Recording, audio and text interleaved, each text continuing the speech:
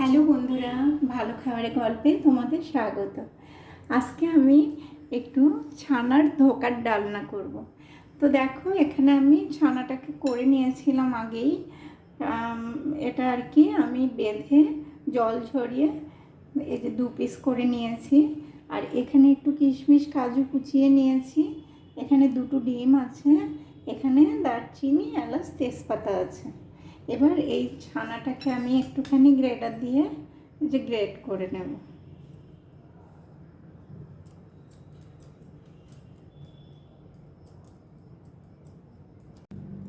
এই যে দেখো বন্ধুরা, আমি ছানাটাকে গ্রেট করে নিয়েছি, পুরো ছানাটাকে। এবার আমি এটাকে দেখো এখানে দিয়ে দিচ্ছি পুরোটা।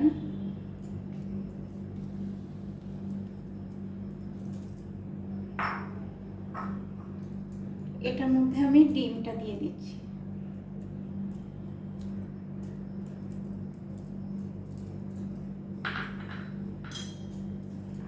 এবার এই যে বাদাম আর কিশমিশ, কাজুটা আর কিশমিশটা দিয়ে দিলাম।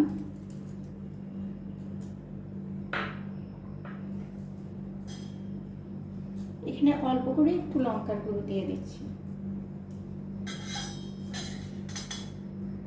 এই যে নুন দিয়ে দিলাম স্বাদ মতো, একটু চিনি দিয়ে দিলাম, অল্প করে একটু জিরের গুঁড়ো দিয়ে দিলাম, আর একটু হলুদের গুঁড়ো দিয়ে দিলাম।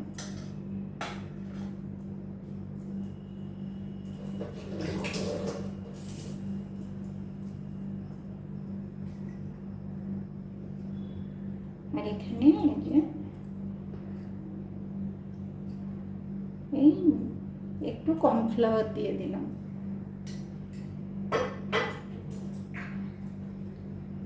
আর অল্প করে একটুখানি ঘি দিয়ে দিলাম।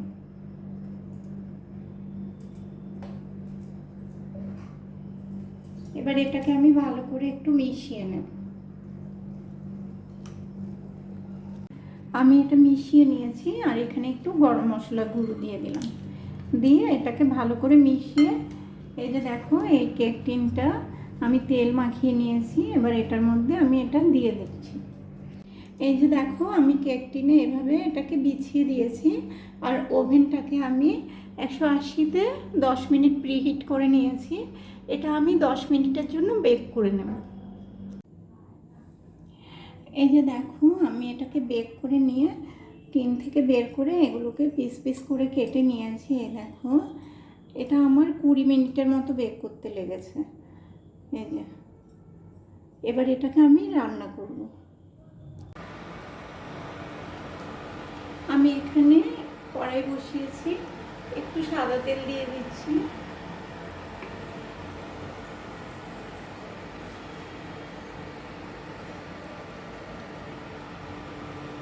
আর অল্প করে একটু ঘি দিয়ে দিলাম।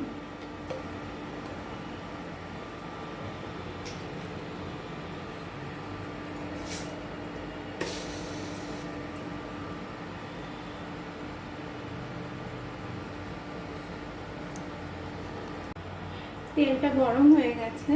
এবার এগুলো আমি একটুখানি হালকা করে ভেজে নেব।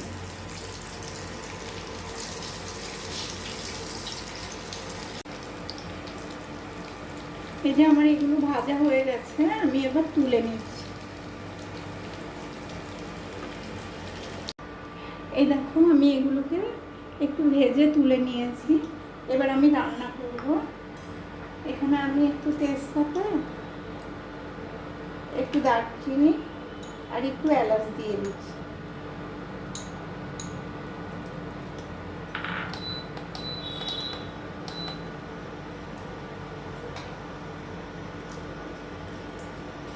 আর একটা কাঁচা লঙ্কা দিয়ে দিলাম।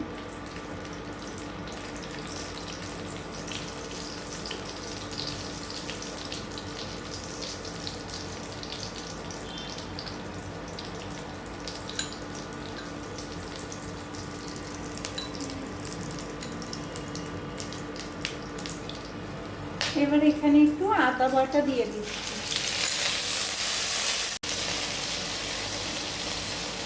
এবার একটু হলুদের গুঁড়ো দিয়ে দিলাম, অল্প করে একটু লঙ্কা দিয়ে দিলাম, আর অল্প একটু নুন, একটু চিনি, একটু জিরের গুঁড়ো।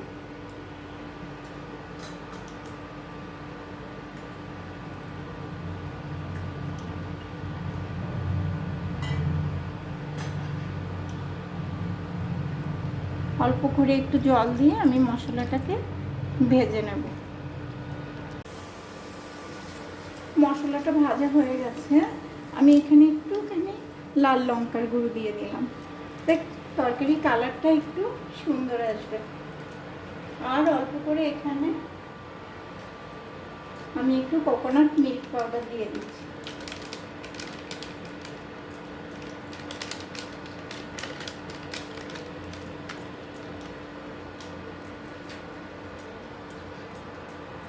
এবার একটু জল দিয়ে এটাকে আর একটু ভেজে নেব। মশলাটা ভাজা হয়ে গেছে, এবার আমি একটু জল দিয়ে দিচ্ছি।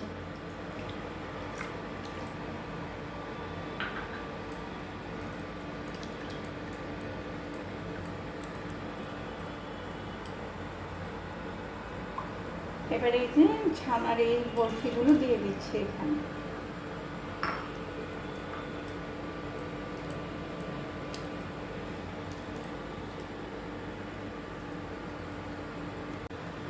এই যে তরকারিটা হয়ে গেছে, আমি একটু কচুরি মেথি হাতে একটু ডলে নিয়েছি, এবার দিয়ে দিচ্ছি।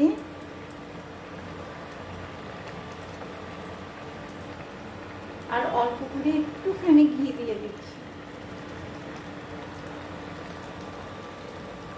এবার এটা আমি নামিয়ে নেব। আমি তরকারিটা ডিশে ঢেলে নিয়েছি। তো দেখো তরকারিটা ভীষণই ভালো হয়, টেস্টি হয় ভীষণ। আর এটা যে বেক করেছি একদম, এটা না কেকের মতো একদম ফুলে উঠেছিল। তো এটা ভীষণ স্পঞ্জি হয়। তো তোমরাও একবার বানিয়ে দেখো বন্ধুরা, আশা করি তোমাদেরও ভালো লাগবে। আর রেসিপিটা যদি ভালো লাগে ফেসবুক থেকে দেখলে ফলো করো, ইউটিউব থেকে দেখলে সাবস্ক্রাইব করো, লাইক করো। তোমরা অনেক ভালো থেকো বন্ধুরা, থ্যাংক ইউ।